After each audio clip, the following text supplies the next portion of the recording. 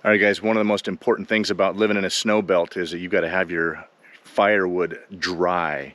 Welcome to Hidden Valley Homestead, where my wife Olivia and I escaped the city to homestead our off-grid property in Idaho. This is our journey.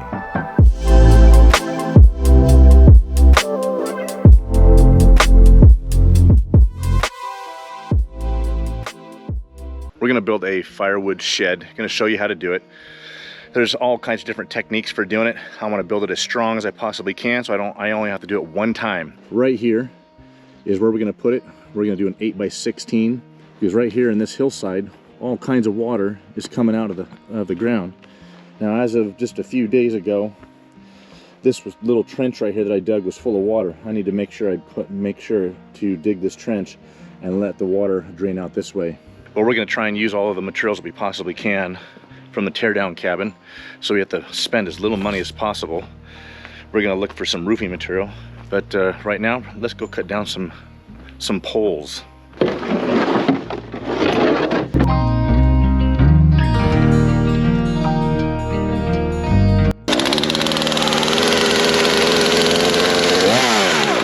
So this tree's, the top mission is out of that thing, so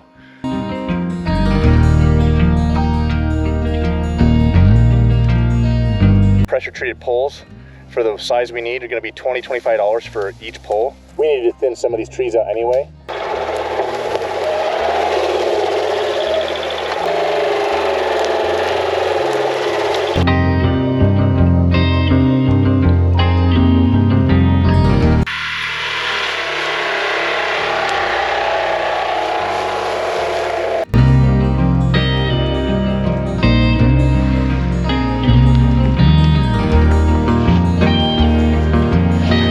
Alright guys, got the logs.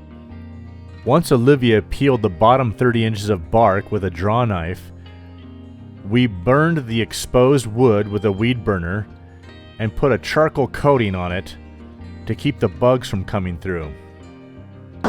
While my lovely assistant finishes burning the last of the poles, I'm going to start coating these with oil. Got a bucket of used motor oil here. Just changed the Toyota truck yesterday. Saved it. We're going to use it. Nothing goes to waste on the off-grid homestead. Hey guys, I used the skid steer to dig out this little trench in the back for drainage. We have that spring that's coming out of the hillside right there, and we need somewhere for that water to go. So I'm gonna make it slope down that way so all the water goes away. We're gonna lay out our holes right now. When I laid this out, we wanted to make this pole barn really easy to build with easy dimensions. We made it 12 feet by 16 feet. The best way to check to make sure that you're building a square is you measure from corner to corner. And as long as those two measurements line up within an inch or so, and we're only digging holes here, then you know that you're building a square.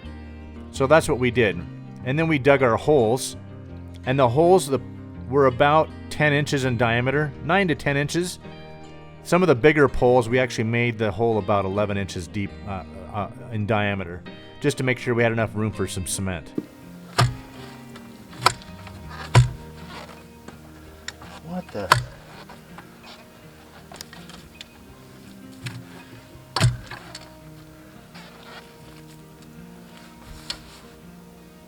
What the heck? It's like a spring. Okay guys, we might have a problem. I have a spring at the bottom of this hole.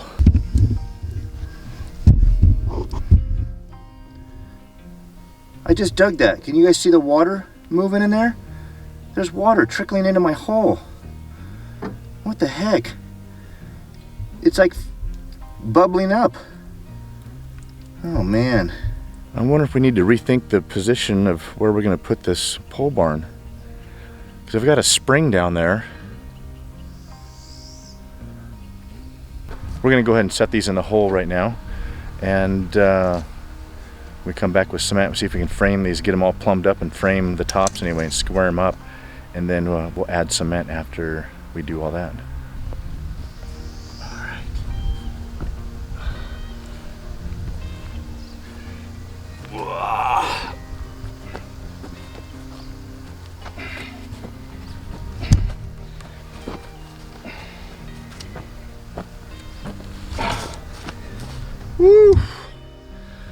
Holy crap, this is the heaviest one. And these are all green, so they're a lot heavier than dried ones. Well, we got them all in. Okay, there we go, guys. Now is all we really need to do. We'll get our cross beams. I've got lag bolts ready to go. We'll start on one side, put a lag bolt, lift it up, lag it in place, and we'll plumb it up. We'll make sure this one's plumb. And then there's our pole barn. We chose to put the poles directly in the ground for stability, as well as those concrete blocks people are suggesting are kind of expensive right now. All right, guys, this is the next day, and it's a little cooler. Been pretty hot during the daytime, so we waited till it cooled down to do any of this stuff. We're gonna put these cross beams up tonight and try and square up this frame and set some concrete.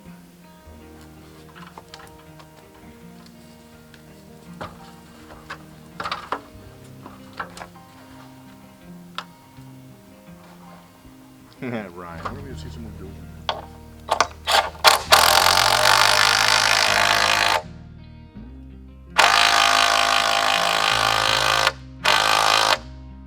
Let's talk about pitch. We are in a snow belt, so you need at least a 312, if not a 412 pitch.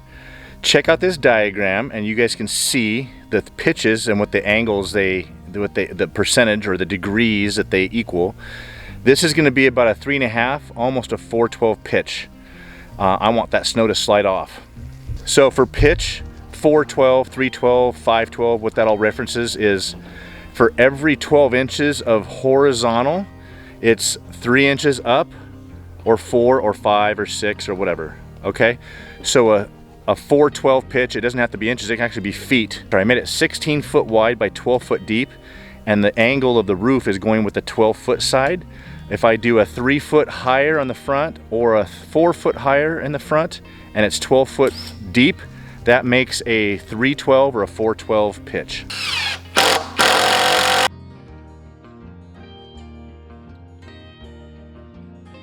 All right, guys, you can see that we put the top cross beams on and we leveled those first, and then we put the angles on. Let me show you the angle.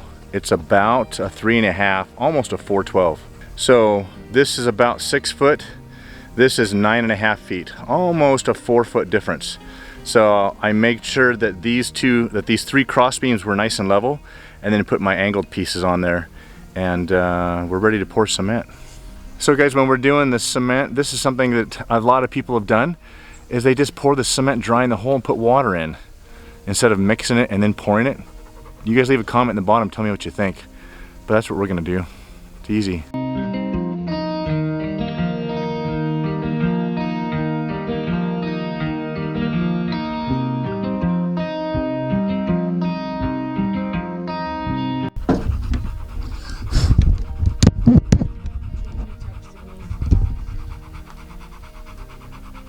Okay, we got the cross beams in place, and we have lag bolts bolting those in.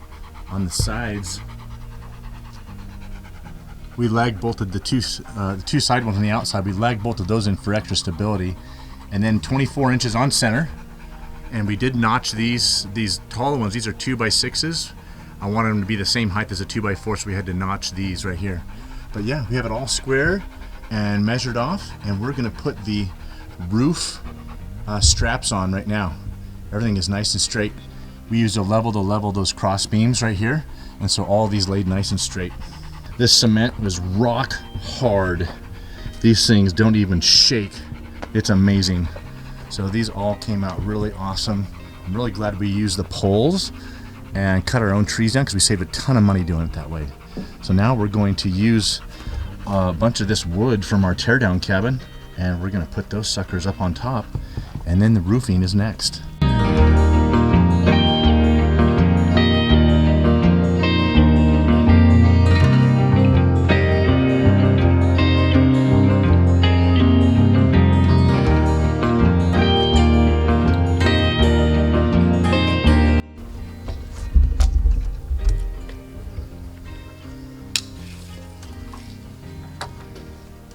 What are you doing? Making sure this is 24 and making sure I had enough meat on the 2x4. These are the roof purlins, and the roofing goes right on this. You like it over there? Yep. Yeah. How much better is this?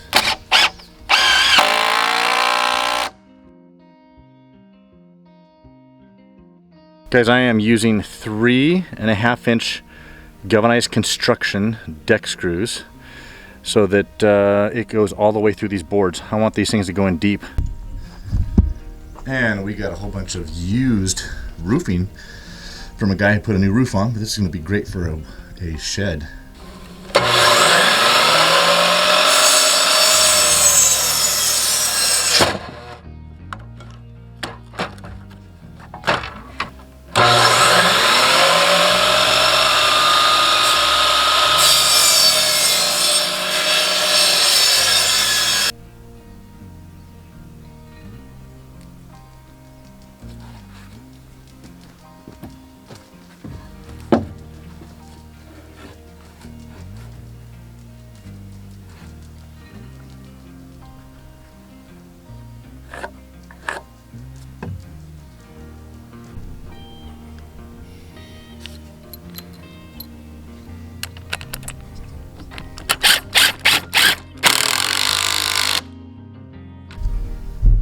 Okay, I got all my cross braces on, and this thing is super stiff.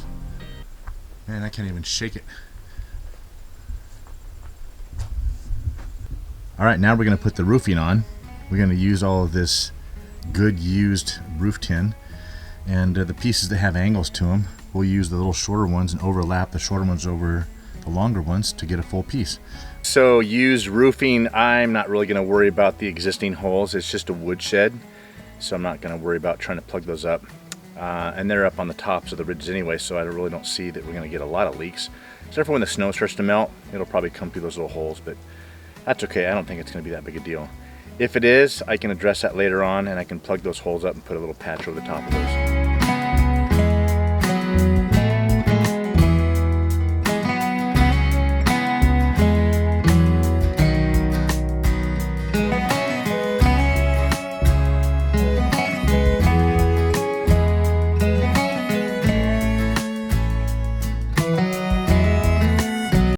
Set one of these screws. We want to make sure not to squish that rubber seal too much.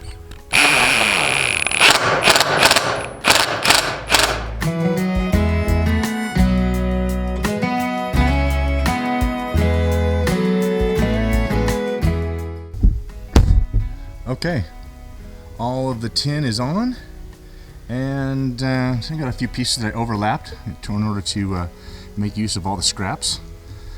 So make sure those are overlapped by a foot or so. And that's pretty solid right there. I got screws in just about every rail, so I think we're good to go. See what it looks like underneath. All right. You see a few little, we can see sunshine through a few little holes, but I think that'll be okay. I don't think it's gonna be that big of a deal. All right, we've got the flashing on the front edge. Roofing is done. Now we're gonna do the sides. We're gonna put 3-inch slats up on the sides. We're going to leave probably 6 inches of space in between them, and that'll help hold the wood in. Here we go.